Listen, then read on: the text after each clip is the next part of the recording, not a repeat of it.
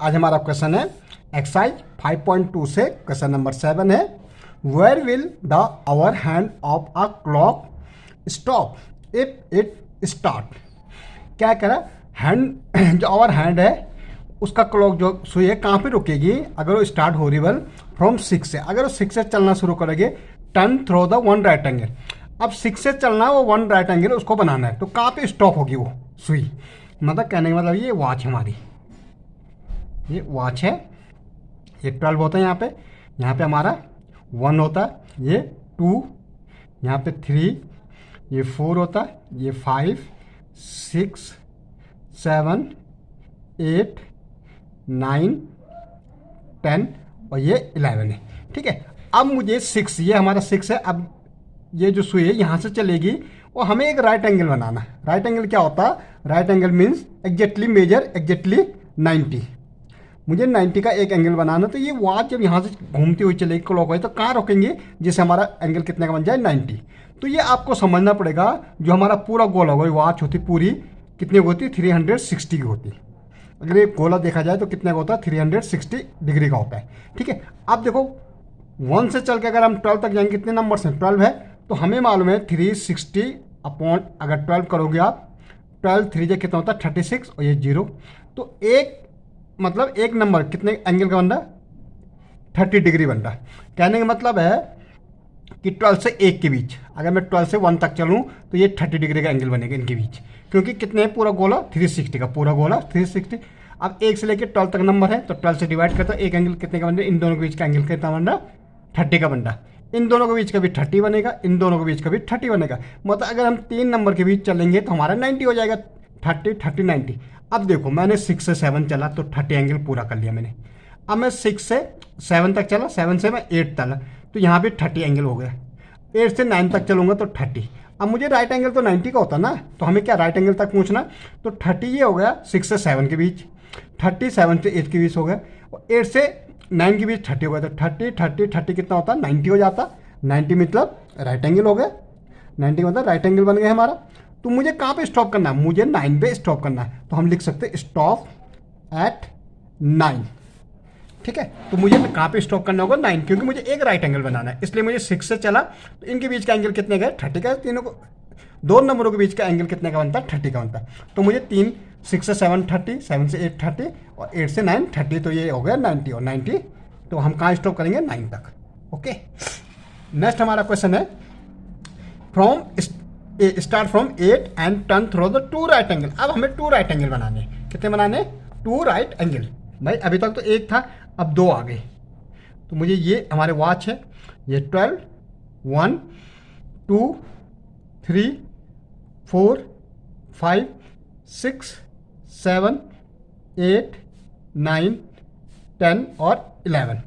ठीक है, अब मुझे कहाँ से चलना 8 से चलना। 8 ये है भाई ये।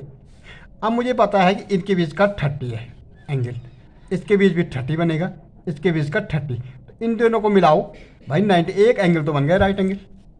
एक तो इन तीनों के बीच चला, मतलब जब मैं 11 तक चलूँगा तो एक राइट एंगल बन गया। अब एक मैं यहाँ से चलूँगा 11 से 12 30 हो गया, 12 से 1 30 हो गया और 1 से 2 30। इनको मिला के भी 90 हो जा रहा। इट मीन्स मुझे कहाँ तक जाना है 2 तक जाना है। तो ये कितना हो जाएगा 2 राइट एंगल। अगर मैं देखूँ 2 राइट एंगल हो जाए, क्योंकि ये पूरा कितने का होता है एक सीधी लाइन कितने होती है 180 की होती। अगर कभी भी आपकी एक सीधी लाइन है इट मीन्स समझ लेना वो 180 का है और बीच में एक लाइन खींच जाएंगे तो 90 इधर हो जाता है और 90 इधर। तो ये सीधी लाइन है ना, इट मीन्स क्या है कि ये 90 इधर है और 90 इधर है।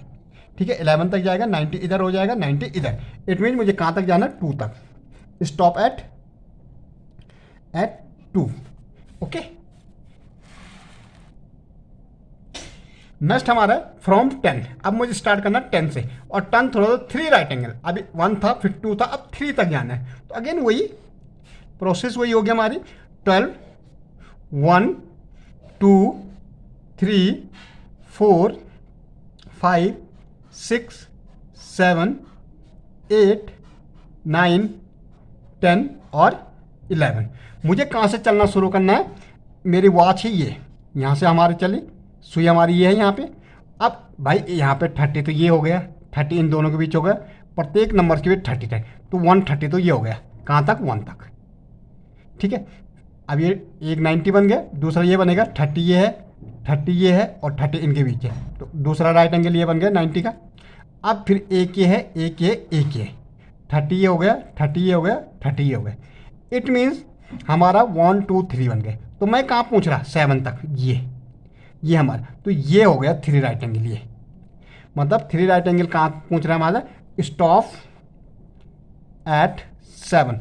अब कैसे पता लगेगा हमें कि हमारा ये राइट एंगल हो गया, क्योंकि हमें मालूम है पूरा जो गोल होता है कितने का होता है 360। इसका मतलब 4 राइट एंगल होते हैं, एक इधर है, एक इधर है, एक इधर है और एक इधर है।